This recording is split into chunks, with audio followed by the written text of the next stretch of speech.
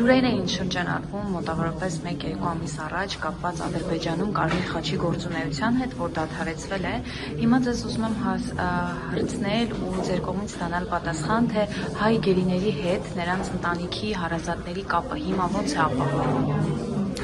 Այս պահին կա միայն հեռախոսային խոսակցություններ, որը ապահովում է ադրբեջանական կողմը իր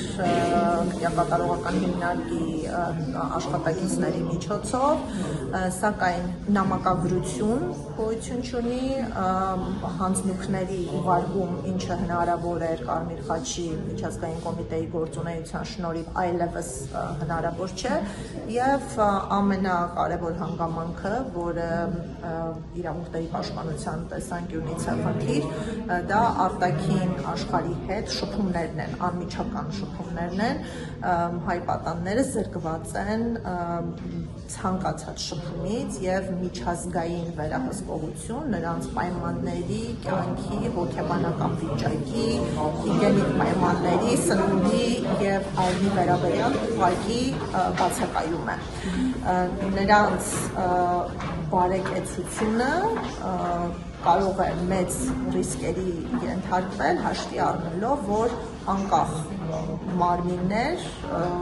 մասնագետներ, բժիշկներ, իրավաբաններ, դիվանագիտական ներկայացուցիչներ հասանելիություն չունեն եւ եթե նրանք խոշտանգվեն, միևնույն է այդ խոշտանգումները մնալու են չբացահայտված եւ չպատժված։ Իսկ այժմ նրանց առողջական վիճակի մասին եւս տեղեկություններ չկան, հա։ Մենք այո, վերջին տեղեկությունները ունենք Վիգեն Էուկչյանի վերաբերյալ, ըստ էության հեռախոսազանգի ընթացքում կնոջը հայտնել էր իր ծայրահեղված վիճակի մասին,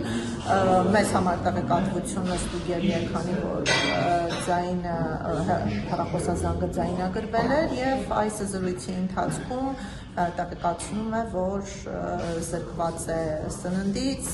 նաև առողջական վիճակը այնքան ծանր է, որ ձեռք է բերել հաշմանդամություն եւ հաշմանդամությանը հարմարեցված գործիքներ, պայմաններ պարզապես ստեղծված չեն։ Իսկ նրանց մասին տեղեկատվության տարածման վերաբերյալ ՄԻԵԴ-ը որոշում էր կարծես կայացրել մոտավորապես 1 ամիս առաջ, դրա վերաբերյալ մի փոքր անդրադարձել կարելի է։ ՄԻԵԴ-ը պահանջել է տեղեկատվություն Ադրբեջանի կառավարությունից, ինչպես միջպետական գործով, այնպես էլ անհատական։ Ադրբեջանը խնդրել է ժամկետը երկարաձգել, դատարանը հավելյալ ժամանակ է տրամադրել, այս պահին ժամկետը սպառված է, մենք դեռևս ոչինչ չենք ստացել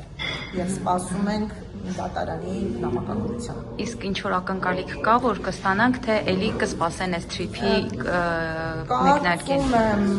կփորձեն ձգձգել, որոշակի ձգձգումներից հետո տվյալներ կներկայացնեն, ձևական առումով ՄԻԵԴ-ի պահանջը կկատարեն, սակայն տրամադրված տեղեկատվությունը հարուստ չի լինելու եւ մենք նաեւ չենք կարող վստահել տեղեկատվությանը, քանի որ մեր փորձը վկայում է, որ հաճախ մեզ տրամադրվել են